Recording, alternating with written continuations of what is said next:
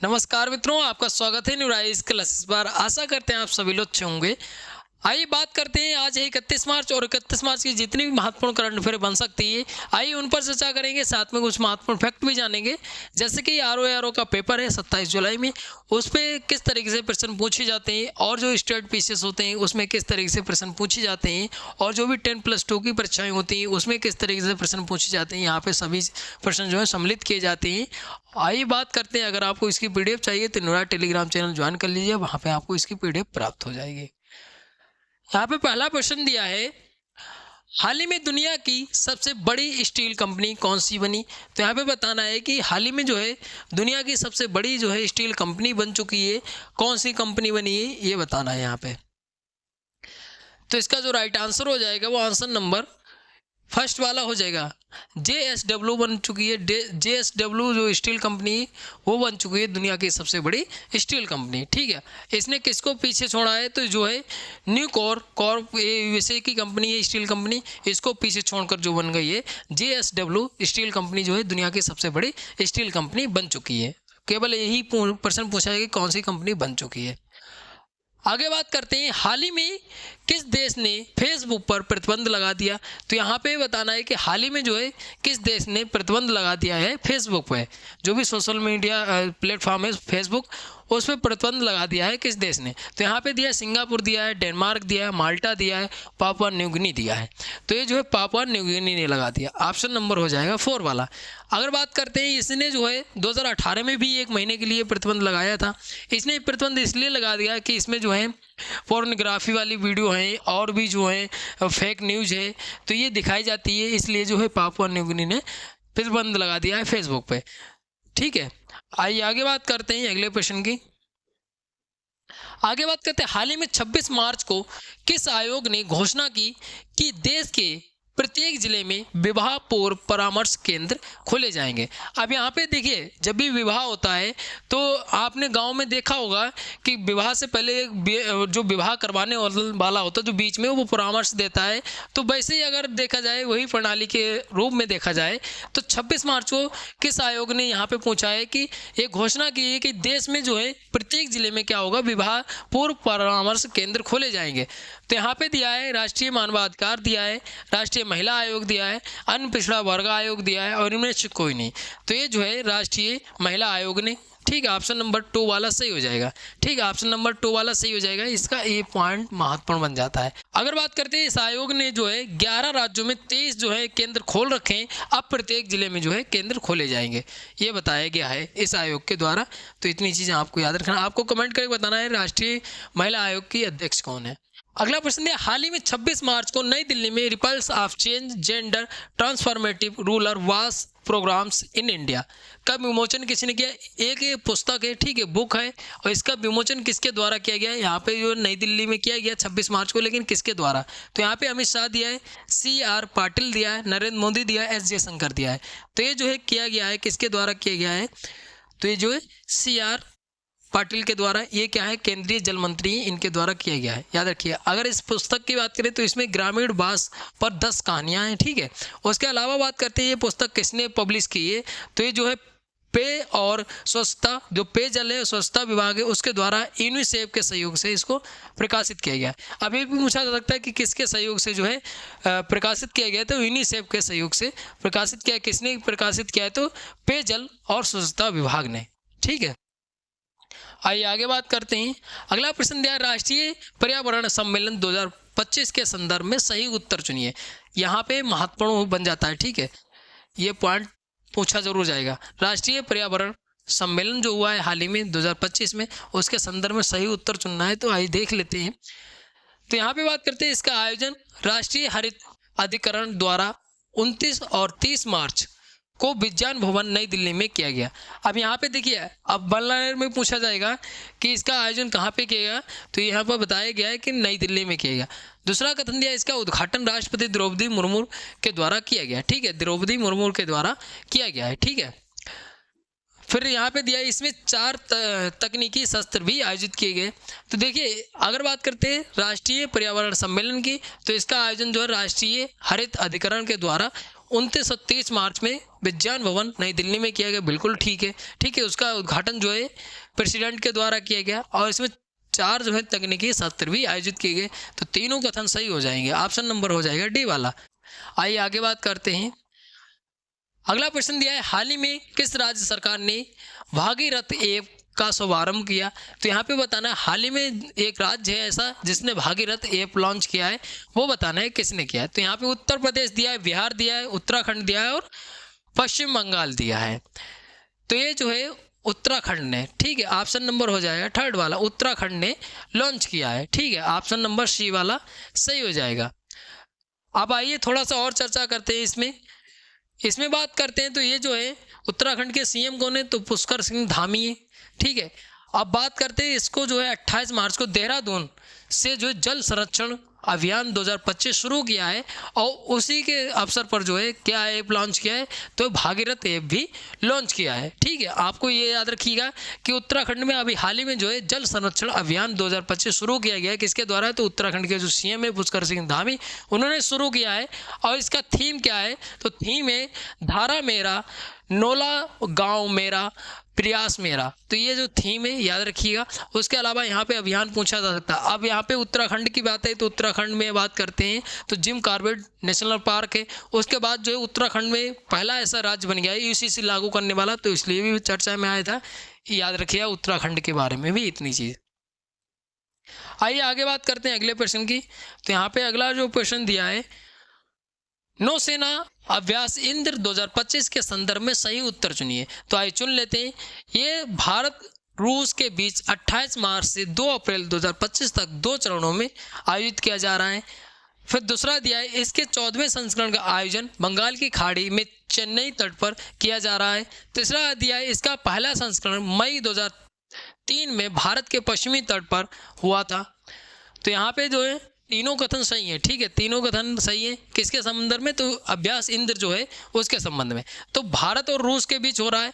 कब से कब तक? तो 28 मार्च से लेकर 2 अप्रैल तक चलेगा, 2 चरणों में। और इसके 14वें संस्करण का आयोजन किया जा रहा है बंगाल की खाड़ी चेन्नई के तट पर किया जा रहा है। इसका पहला संस्करण मतलब कि शुरुआत कब हुई थी? तो मई 2003 में हुई थी।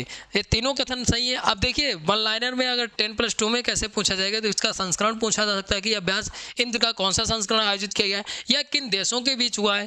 ठीक है, और ये डेट भी याद रखिए 28 से और 2 अप्रैल के बीच हुआ है, क्योंकि यहाँ पे जो है 22 दिसंबर को पेपर हुआ था यूपीपीसीएस का, उसमें डेट मैचिंग में पूछा था। तो ये डेट भी याद रखिए। 14वां संस्करण है, भारत और रूस के बीच हो रहा है और पहला संस्करण मई 2003 में होता है। ठीक है, अगला यहाँ पे प्रश्न दिया है, हाल ही में किसके द्वारा 300 मिली न्यूटन स्टेशनरी प्लाज्मा थीटा पर 1000 घंटे के जीवन का सफलतापूर्वक परीक्षण किया गया? तो किसके द्वारा किया गया ये बताना है। यहाँ पे नासा दिया, इसरो दिया, स्पेस एक्स दिया, इनमें से कोई नहीं। तो ये जो इसरो के द्वारा किया गया, ऑप्शन नंबर हो जाएगा 2 वाला। ठीक है, अब इसरो की बात आए तो इसरो के अध्यक्ष हाल ही में बनाए गए। कौन बनाए गए? तो बी नारायण जो है इसरो के अध्यक्ष बनाए गए। ठीक है, बी नारायण। और बात करते हैं इसरो की स्थापना, तो 15 अगस्त 1969 में होती है। तो इतनी चीज़ आपको इसरो के बारे में याद रखना है। आइए आगे बात करते हैं। अगला यहाँ पे प्रश्न दिया, हाल ही में एशियाई कुश्ती चैंपियनशिप में भारतीय पहलवान मनीषा बम्बाला ने स्वर्ण पदक जीता। ये खेल कहाँ आयोजित किया गया? तो यहाँ पे बताना जो एशियाई कुश्ती चैंपियनशिप है ये कहाँ पे आयोजित किए गए थे, जिसमें स्वर्ण पदक जीता है मनीषा जी ने। ठीक है, भारतीय पहलवान है। तो यहाँ पे पेरिस दिया, जॉर्डन दिया, स्कॉटलैंड दिया है और जो है ग्लासगो दिया। तो इसका जो राइट आंसर हो जाएगा वो आंसर नंबर 2 वाला हो जाएगा। कहाँ पे आयोजित किया गया था? तो जॉर्डन में। कहाँ पे? तो जॉर्डन में आयोजित किया गया था। यहाँ पे इनकी इमेज लगी हुई है। आइए आगे बात करते हैं। अगला प्रश्न दिया, हाल ही में टीबी उन्मूलन कार्यक्रम के लिए किस राज्य को बेस्ट परफॉर्मेंस अवार्ड 2025 में दिया गया? तो यहाँ पे बताना है कि टीबी उन्मूलन कार्यक्रम जो चल रहा है उसके में किस राज्य सरकार को जो है बेस्ट परफॉर्मेंस अवार्ड दिया गया है, किस राज्य को? तो यहाँ पे मध्य प्रदेश दिया है, दिल्ली दिया है, उत्तर प्रदेश दिया है, हरियाणा दिया है। तो ये जो है उत्तर प्रदेश को दिया गया है। किसको दिया गया? तो उत्तर प्रदेश को दिया गया। ऑप्शन नंबर 3 वाला सही हो जाएगा। किसको दिया गया? तो उत्तर प्रदेश को। ठीक है, अगर बात करते हैं इसमें जो है केंद्रीय स्वास्थ्य मंत्री जेपी नड्डा मतलब जगत प्रकाश नड्डा जी द्वारा प्रदान किया गया है। कहाँ पे? तो नई दिल्ली में। ठीक है, नई दिल्ली में जो विज्ञान भवन है वहाँ पे प्रदान किया गया है। और प्राप्तकर्ता मतलब किसको दिया गया है? तो पार्थ सारथी सेन शर्मा को दिया गया है। ये क्या है? तो स्वास्थ्य चिकित्सा शिक्षा विभाग के जो है प्रमुख हैं, इनको दिया गया। अब ये भी पूछा जा सकता है कि एक कथन में प्रश्न बनाया जाएगा तो ये भी इनका भी नाम दे दिया है और किसी ने प्रदान किया और कहाँ पे प्रदान किए गए, ये कथन में प्रश्न बनाए जा सकते हैं। ठीक है, अगला यहाँ पे प्रश्न की बात करते हैं। हाल ही में किसे 28 मार्च को इंडियन बैंक्स एसोसिएशन का नया अध्यक्ष नियुक्त किया गया है? तो यहाँ पे बताना है हाल ही में जो है किसको, तो IVA का नया अध्यक्ष नियुक्त किया किसको ने? तो यहाँ पे स्वरूप कुमार शाह दिया है, ए मणि मेखलई दिया है और माधव नायर दिया, CS शेट्टी दिया है। तो इनको जो है CS शेट्टी को नियुक्त किया गया। ऑप्शन नंबर हो जाएगा 4 वाला। ठीक है, यहाँ पे इनका इमेज लगा हुआ है। अब यहाँ पे जो तीनों नाम दिए डिप्टी जो है डिप्टी बनाए गए हैं। उसके अलावा यहाँ पे बात करते हैं हाल ही में जो है नीति आयोग के पूर्णकालिक सदस्य जो है राजीव गौबा जी नियुक्त किए गए थे अभी हाल ही में। आपने अगर मेरी डेली की करंट देखते होंगे तो आपको पता होगा। और बात करते हैं नए वित्त सचिव भी नियुक्त किए गए थे, अजय सेठ को नियुक्त किया गया था। भारतीय संस्कृति निधि जो इनटेक बोला जाता है उसके भी नए अध्यक्ष नियुक्त किए गए थे। कौन? तो अशोक सिंह ठाकुर जी। तो ये नियुक्तियां महत्वपूर्ण बन जाती हैं, याद रखिएगा। आइए आगे बात करते हैं अगले प्रश्न की। अगला प्रश्न है हाल ही में भारत और जापान के बीच 6 प्रमुख विकास परियोजनाओं के लिए कितने अरब एन ऋण समझौते पर हस्ताक्षर किए गए? तो 199। ठीक है, ऑप्शन नंबर हो जाएगा फर्स्ट वाला। जापान जो है उसकी राजधानी क्या है? टोक्यो राजधानी है। आगे बात करते हैं हाल ही में कितने लाइट कॉम्पैक्ट हेलीकॉप्टर प्रचंड, हेलीकॉप्टर का नाम क्या है? तो प्रचंड के लिए रक्षा मंत्रालय हिंदुस्तान एरोनॉटिक्स लिमिटेड के बीच 2 अनुबंधन पर हस्ताक्षर किए गए। यहाँ पे बताना कितने हेलीकॉप्टर के लिए जो है हस्ताक्षर किए गए? तो ये जो है 156। ऑप्शन नंबर हो जाएगा थर्ड वाला हो जाएगा 156। आइए थोड़ा सा और चर्चा करते हैं इसके बारे में। यहाँ पे बात करते हैं इसकी कीमत क्या है? तो 62,700 करोड़ रुपए इसकी कीमत है 156 हेलीकॉप्टर की। उसके बाद पहला अनुबंधन जो है वायुसेना के लिए 66 हेलीकॉप्टर के लिए और भारतीय सेना के लिए जो है 90 हेलीकॉप्टर के लिए अनुबंधन किया गया। 2 अनुबंधन किए जिसमें वायुसेना के लिए और भारतीय सेना मतलब थल सेना के लिए किया गया। उसके बाद बात करते हैं इसकी क्षमता क्या है? तो 5000 मीटर से अधिक जो ऊंचाई पर उड़ सकता है, ये याद रखिएगा। आगे बात करते हैं हाल ही में RBI ने 1 मई से ऑटोमेटेड टेलर मशीन जिसको शॉर्ट में ATM बोला जाता है, इसकी फुल फॉर्म होती है, इससे नगद निकासी पर बैंकों को कितने रुपए वृद्धि करने की अनुमति दे दी? तो यहाँ पे देखिए RBI ने अनुमति दे दी कि 1 मई से जो है क्या होगा, ATM से जब लिमिट से ज़्यादा पैसे निकालते हैं तो उसमें चार्ज बढ़ता है। तो चार्ज में कितने रुपए जो है वृद्धि कर दी है RBI ने, अनुमति दे दी कि आप वृद्धि कर सकते हैं हर बैंकों में। तो ये जो है 2 रुपये। ठीक है, 2 रुपये वृद्धि कर सकते हैं। ऑप्शन नंबर फर्स्ट वाला सही हो जाएगा, 2 रुपये। अब याद रखिएगा RBI की बात आई है, कब से प्रभावी हुआ? 1 मई से। RBI की बात है, RBI की स्थापना कब होती है? तो 1935 में होती है। ठीक है, उसके अलावा RBI के जो है नए गवर्नर बनाए गए, कौन? तो संजय मल्होत्रा जी। ठीक है, ये नई नियुक्तियाँ हुई हैं। तो नई नियुक्तियों से प्रश्न हमेशा पूछा जाता है, तो आपको याद रखना है इसकी स्थापना। और इसका अगर RBI की राष्ट्रीयकरण बताएं तो 1949 में होता है। ये भी चीज़ आपको याद रखनी है। ठीक है, अगला प्रश्न दिया है टेक्निकल फेस्टिवल टेक कीर्ति 2025 के संदर्भ में सही उत्तर चुनिए। आइए चुन लेते हैं। यहाँ पे दिया है इसका आयोजन 27 से 30 मार्च तक IIT कानपुर में किया गया। इसका उद्घाटन CDS जनरल अनिल चौहान ने किया। ये एशिया का सबसे बड़ा इंटर कॉलेज टेक्निकल फेस्टिवल है। इसमें मिनी डिफेंस एक्सपो का आयोजन किया गया। तो यहाँ पे देखिए चारों कथन सही है। इसका आयोजन जो है IIT कानपुर में किया गया 27 से 30 मार्च के बीच। ठीक है, और एशिया का सबसे बड़ा इंटर कॉलेज टेक्निकल फेस्टिवल भी है और इसका जो है उद्घाटन जनरल अनिल चौहान के द्वारा किया गया जो CDS है। और इसमें मिनी डिफेंस एक्सपो का भी आयोजन किया गया। ऑप्शन नंबर हो जाएगा 4 वाला। अब ये पूछा जा सकता है कि इसका आयोजन कहाँ पे किया गया?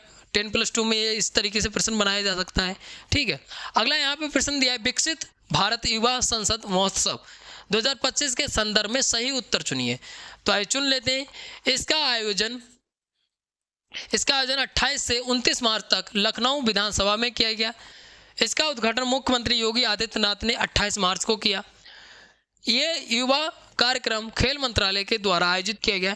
तीनों कथन सही हैं, ठीक है। ये जो है केंद्रीय युवा कार्यक्रम खेल मंत्रालय के द्वारा आयोजित किया गया है, ठीक बात है। इसका उद्घाटन जो है वो उत्तर प्रदेश के जो सीएम योगी आदित्यनाथ उनके द्वारा किया गया, तो ये भी बिल्कुल बात ठीक है। और इसका आयोजन लखनऊ विधानसभा में भी किया गया। तो ये जो है इसका जो राइट आंसर हो जाएगा, आंसर नंबर डी वाला हो जाएगा, ठीक है। सभी हो जाएंगे। अब इसका आयोजन पूछा जा सकता है तो लखनऊ में किया गया है, ठीक है। आइए आगे बात करते हैं। अगला प्रश्न दिया, हाल ही में उत्तर प्रदेश के इंडस्ट्रियल क्षेत्र में AI बेस्ड सर्विलेंस सिक्योरिटी के लिए उत्तर प्रदेश औद्योगिक विकास प्राधिकरण ने 27 मार्च को किसके साथ समझौता किया? जो भी इंडस्ट्रियल एरिया है उत्तर प्रदेश में, उसमें AI सिक्योरिटी के लिए किसके साथ समझौता किया गया है ये बताना है। किसने किया है? तो उत्तर प्रदेश औद्योगिक विकास प्राधिकरण ने किया है 27 मार्च को। ये जो किया गया है वो IIT कानपुर के साथ किया गया। ऑप्शन नंबर 3 वाला सही हो जाएगा, IIT कानपुर के साथ किया गया है। आइए आगे बात करते हैं। अगला यहाँ पे प्रश्न दिया है, हाल ही में 28 मार्च को मौसम विभाग के आंकड़े के अनुसार अब तक का सबसे गर्म वर्ष कौन सा हो सकता है? तो यहाँ पे 2023 दिया, 2024 दिया, 2025 दिया और 2026 दिया। तो 2025, ठीक है। किसके अनुसार? तो जो है मौसम विभाग के अनुसार, ठीक है। ऑप्शन नंबर 3 वाला सही हो जाएगा। आइए आगे बात करते हैं। अगला यहाँ पे प्रश्न दिया है, immigration and foreigners bill 2025 Lok Sabha से कब पारित किया गया? तो यहाँ पे बताना है कि लोकसभा से बिल जो है कब पारित किया गया है। तो यहाँ पे 27 मार्च दिया, 28 मार्च दिया, 29 मार्च दिया और 30 मार्च दिया। तो ये जो 27 मार्च को ऑप्शन नंबर हो जाएगा फर्स्ट वाला। आइए थोड़ा सा और चर्चा करते हैं इसके बारे में क्या है। अगर इसमें बात करते हैं, लोकसभा में 11 मार्च को पेश किया गया था और 27 मार्च को जो है पारित कर दिया गया है। उसके अलावा बात करें, अवैध प्रवासी को रोकना है और राष्ट्रीय सुरक्षा को मजबूत करना है। उसके अलावा इस विधेयक में बात करें, अगर कोई गैर कानूनी रूप से जो है किसी विदेशी व्यक्ति को बसाता है और तो जो है उस पर कानून लागू हुआ, और इसमें बात करते हैं 3 साल की जेल भी हो सकती है, 2 से 5 लाख रुपए का जुर्माना भी पड़ सकता है, या दोनों चीज़ें हो सकती हैं, ठीक है। ये इसलिए जो है बिल पास किया गया है। अब देखिए, लोकसभा की बात है, इसको क्या बोला जाता है? निम्न सदन, ठीक है। स्टैटिक की बात कर रहे हैं, ठीक है। निम्न सदन बोला जाता है। इसका भारतीय संविधान में उल्लेख कहाँ पे मिलता है? अनुच्छेद 81 में मिलता है, ठीक है। उसके अलावा बात करते हैं यहाँ पे दूसरी चीज़, इसका एक जो है राज्यसभा होती है। राज्यसभा जो सदन होते हैं संसद के, लोकसभा राज्यसभा होती है, और इसको क्या बोला जाता है? उच्च सदन बोला जाता है। जो राज्यसभा होती है उसको क्या बोला जाता है? उच्च सदन बोला जाता है। इसका उल्लेख भारतीय संविधान में अनुच्छेद 80 में मिलता है। अगर पूछ ले संसद के सदन कितने होते हैं, तो संसद की अगर बात करते हैं, भारतीय संविधान में उल्लेख कहाँ मिलता है? अनुच्छेद 79 में मिलता है। और अगर बात करते हैं संसद के अंगों की, तो 3 हो जाते हैं, इसमें प्रेसिडेंट भी जुड़ जाता है। इतनी चीज़ भी आपको याद रखना है। प्रेसिडेंट का उल्लेख अनुच्छेद 52 में मिलता है। अब देखिए, जब भी कोई विधेयक होता है, अब एक प्रश्न पूछा गया था 22 दिसंबर में ईपीपीसीएस में, ये पूछा गया था कि कोई विधेयक जो है वो लाया जा सकता है। वहाँ पे ऑप्शन दिए थे, लोकसभा दिया था, दूसरे में वी वाले में राज्यसभा दिया था, सी वाले में लोकसभा राज्यसभा दोनों दिया था, और जो है डी वाले में राष्ट्रपति दिया था। तो देखिए, कोई भी विधेयक जो है वो किसी भी सदन में लाया जा सकता है। जब दोनों सदनों से जो है पारित हो जाता है, तो कहाँ जाता है? तो वो जाता है राष्ट्रपति के पास, और राष्ट्रपति अनुमोदन कर देता है तो वो अधिनियम बन जाता है। इस तरीके से प्रक्रिया होती है। इतनी चीज़ें आपको स्टैटिक के बारे में भी याद रखना है।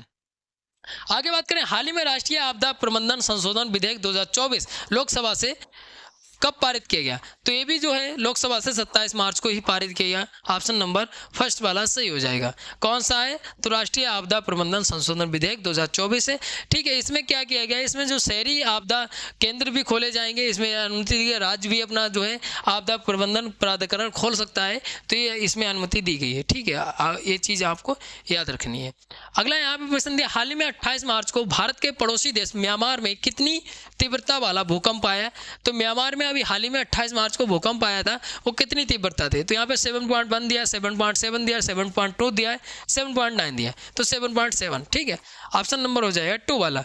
आइए थोड़ा सा और चर्चा करते हैं इसके बारे में। यहाँ पे बात करें भूकंप का केंद्र की बात करते हैं, म्यांमार के सांगाई शहर जो है 16 किलोमीटर उत्तर पश्चिम में जो है 10 किलोमीटर की इसकी गहराई बताई गई। उसके बाद इसके जो पड़ोसी देश भी प्रभावित है, जैसे भारत है, थाईलैंड है और बांग्लादेश है, चीन समेत 5 जो देश हैं इसमें प्रभाव में आ गए थे।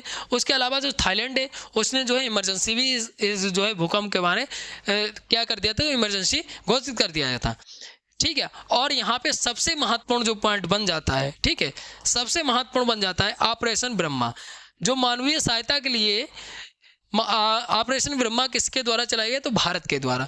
किसके द्वारा चलाया गया? तो भारत के द्वारा जो है ऑपरेशन ब्रह्मा चलाया गया। जो भी म्यांमार के लोग हैं भूकंप बचाने के लिए क्या हो गया, तो उनको जो है मानवीय सहायता के लिए ऑपरेशन ब्रह्मा चलाया गया। ठीक है, ये पूछा जा सकता है कि हाल ही में जो ऑपरेशन ब्रह्मा किसके द्वारा चलाया गया? तो भारत के द्वारा चलाया गया है। उसके अलावा यहाँ पे आपको कमेंट करके बताना है, जो यूक्रेन में फंसे जो भारतीय थे, जब यूक्रेन और रूस का युद्ध चल रहा था उस समय कौन सा ऑपरेशन चलाया गया था? फिर सूडान से जो लोग लाने के लिए कौन सा ऑपरेशन चलाया गया था?